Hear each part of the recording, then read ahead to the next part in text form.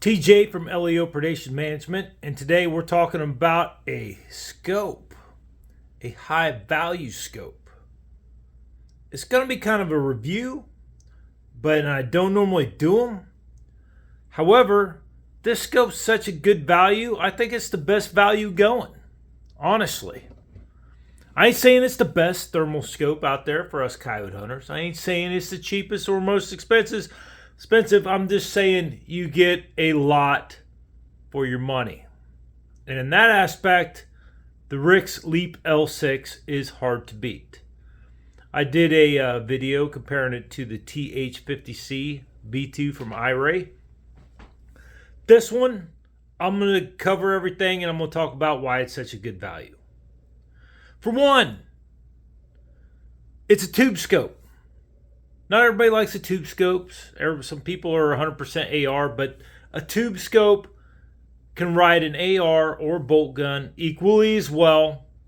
Day scopes have had 30 millimeter tubes for a long time. There is a million different options. I mean, you're only limited to your research and your wallet. With some of the brick scopes, you're limited to the issue mount. Maybe one or two at the most aftermarket mounts. But anyway, it's a tube scope. Adds to the value. This scope has everything all the other scopes have in its class. 50 millimeter objective focus. It's got 3 knobs. The controls are different. I'm telling you right now. When I first sat down with it, I was like, holy shit, this is a no-go. 10 minutes later, I'm like, this is better. And now, months later, I'm convinced the way Rix did this, a hunter had to have designed it because it's easy and it's solid. These knobs are solid movers. Unlike iRay knobs, which are little touchy, jankety, loose, you get dirt in them and all that. But there's 3 knobs. I ain't going to go into how it works. Most scopes, you push the button, bring up the menu, cycle through the menu, push the button, long press, short press, blah, blah, blah. This one, main menu on this side brings it up. Cycle through the options depending on what it is with the other ones, and you got the buttons. Top one is the power and select. It's pretty easy. On the back side, it don't have a button because it takes an 18650 battery, a single one. So about the batteries. So this does not have an internal power source to power the scope, to use the scope. It has some kind of watch battery, some small battery that right here in the port you can charge it. Rix recommends you charge it because it maintains the memory, reticles, all that. And you can run an external power source right there. However, it don't have an internal power 18650 or whatever battery to go bad. It's not going to go bad. It's just the 18650. The Rix 18650 is top tier. It's so much so, I ordered 2 more of them for my other stuff because they last all night long almost. You might have to change it out towards the end. Now, you use cheaper, lesser other 18650s, you might go through 2, 3, 4 of them. But the Rixes are really good. These are not the mounts that came on it, right? So this is the LRF. It's detachable LRF, right? You could take it off. So unlike the scopes that have the built-in LRF, if this LRF goes bad, send it back and get another one. It's warranted. The mount that comes with it is not here. The mount that comes with it is good. It's fine. It works. However, if you got a 3-screw ring, you don't have a lot of room to mount it between in front or behind it. It limits your mounting stuff. So that's why I went with a set of rings that has a diving board on it, and I mounted it at 12 o'clock. Parallel 0. It's 2.5 inches above center at 0 range and at 300. Whatever you put your crosshairs on, it's ranging. The LRF works great. Downside is you have to go into the menu, turn it on. You turn on the LRF, connect it to the scope manually through the scope. Or the iRays, if you already have your Bluetooth on in the scope, you press the button, turn it on, connects automatically. This little electrical tape here, That's just because of the rubber button. I don't want the rubber button coming off, catching on something. I had that happen on another scope, so I just put it on there just in case. You never know.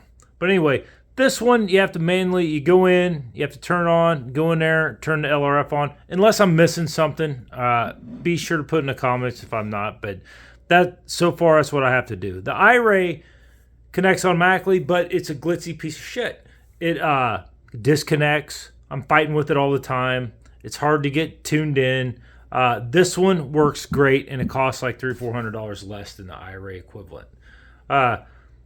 Great scope. So it has all the stuff of the other scopes. The app works great. It's easy. It's just like the iRays or the Stream Vision 2, probably a little easier than that one. It works great. It's got the ballistic calculator in it. You can put it in there. It's got custom reticle. I don't like the reticles in the scope. That's the only thing I don't like, Ricks. The only thing I don't like is these stupid reticles are too thick. Now, I'd say they're probably better than iRays, maybe. Not by much, but both of them are too thick. You know, Envision, AGM, Pulsar, they all have thinner reticles. AGM and Envision have contrasting reticles. Like, just get with it, man. Like especially when I get ready to cover this ocular zoom or whatever you call it right here. You can zoom in on the screen. You need thinner reticles. All right, so I'm not gonna hit on that anymore. That's the only thing I don't like about it, and it's not really dislike. It's just that it could be better. The ones that are in there do work. I mean, I'm not gonna say that they don't. So anyway, what this has that most other scopes don't have is an ocular zoom, they call it. That's what they call it. I don't know what the hell that's supposed to mean. But anyway, so you can digitally zoom right here, and you bring the image closer, step it closer, but then it cuts the resolution in half as you digitally focus, right? But I'm going to cover all that in the next little part of it. But it is an actual lens that zooms in on the screen, and it's awesome. Every scope that costs $2,000 or more should have it. I mean, it can't be that hard. But anyway, let's go into the ocular zoom. Okay, optical zoom. This is the best I can do. So this is clearly my phone focused on the back of the Ricks, right? So it's as good as I can make it. Through a couple rooms into the living room. What is it? I don't know why they call it the ocular or optical zoom or whatever. So you have the digital zoom, like this, which you normally zoom in, right? See how the picture steps closer? All the scopes have that. The issue with that is that you're looking at a screen, a projection onto a screen, right? So when the picture changes, all the pixels move, including the reticle, right? The reticle looks like it stays the same thing, but the objects move on the screen because they have to appear to get closer. I guess that's how you got to explain it. The problem I have with that is over the years, having numerous thermal optics, trade out some inventory every year. We've had a couple that as you zoom, the POI would shift. It might be a half inch at 100 yards. It might be 6 inches. I'm not going to name many scopes or manufacturers. It was more than one, and we don't mess with that too much anymore. You know, I'd say most of the scopes are okay, but not all of them. Some of them, it moves. So I'm enough to me to where I'm a little gun shy on the thing, right? So I zero it at its base mag, digitally zoomed all the way out to its base mag, which in this case I think is like 2.7, 2.9, almost 3. And the picture-in-picture window with the dot in it is, you already have digital magnification there. It's doubled at 6 power or 5 point whatever. You have another means to zoom. This is an actual lens that zooms in on the screen. Look at that. Isn't that cool? So your actual picture never changes. So you sight it in there, zoom in a little bit. You're still zooming. You're zooming in on the screen, you know, instead of actually bringing it digitally closer. So when you zoom digitally, it cuts the resolution, right? Say it's at 3 power, I zoom it into 6, it cuts the resolution in half. It goes from 640 to 320. This leaves it always on its base mag. A scope's best, clearest picture is always on its base mag, and this leaves it on there, and it still gives you the ability to zoom in a little bit on your target. It's real handy during the zeroing process. I've used it hunting too. It's just as simple. It's right here in front. You zoom on in. Knockpicks, I think, has this on one of their lines. I want to say somebody said iRay had one. I have 4 iRays now, and I've had multiple in the past. I've never seen one on any of those scopes. But this one, the Rix has it. The Leaps have it. The L3 and the L6. This is a great feature.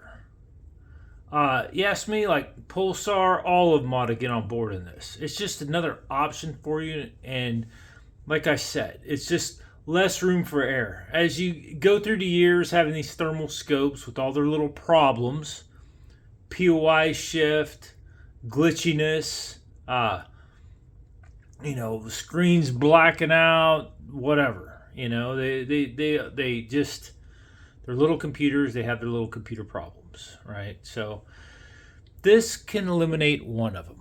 But you always leave it on the base mag, and if you need a little more, you just zoom it right in. Anyway, that's the ocular zoom, right? You're just zooming in on the actual screen. All right, so that was the ocular zoom. So let's talk about it. Why is it such a good value? Because it's got everything the other scopes got, right? I know it doesn't have an internal battery. It's a good thing and bad thing, right? There's no internal battery 18650 to go bad. All batteries go bad. When the internal batteries go bad, the scope goes back to the manufacturer. This one, 18650 goes bad, throw it in the shit can, grab another one. Same with the LRF, right? So it's got everything else: objective focus, all the menu options, the ballistic calculator. It's got it all, and it's got an ocular zoom. Right now, let's talk about the image quality. Now, the image quality is good. It's really, really good. It's a 640 scope. It's a no shit 640 quality image. I think the base mag's like 2.7, 2.9 or something like that. Almost 3. It has picture-in-picture. I have a TH50C, right? V2. Up till this year, that kind of set the standard for the 640 tube scopes. Any scope 640, really. So, it's right up there with the Envisions and all that. Like super clear, super awesome image in the V2 iRay, right? At the time, it set the standard, the TH50C V2. So we'll call it a 10 then, right? So when this came out, the TH50C V2 was a 10. This is an 8, strong 8 or a 9. It's right there with it. It's plenty good. The audio and video are awesome. The video is great. It's much better than the Pulsars. Everything works good, man. And now here is the point I'm doing this, right? I got this thing in December with the laser rangefinder for $3,600 to the door new from Night Vision Universe when they had the sale going on. It's crazy. All right, now the sale's over. You can still get this scope without the LRF, which is cheaper than the other LRFs, and it works better. But you can get it for $3,700, maybe cheaper. If you're a cop military guy like me, you can even get it cheaper. Guys like Bruce over at Night Vision Universe and most of these other guys, they give discounts to first responders, military, law enforcement. Just think, man, a no shit viable $3,600 640 3-power base Coyote scope. It's as good as the rest of them. The TH50 CV2 was $5,000 more than that when it came out, $5,000 or $6,000, and even when they were giving them away, they were $4,000 more than this one. And I'm telling you, I would keep this before I keep my TH50 CV2. If I had to choose one, it would be this Rix. It's been a solid scope. I've had it out for a few months now. It's solid, man. Like, it is a good scope. Anyway, if you're looking to buy a scope, I'd consider it. I really would. Like and subscribe.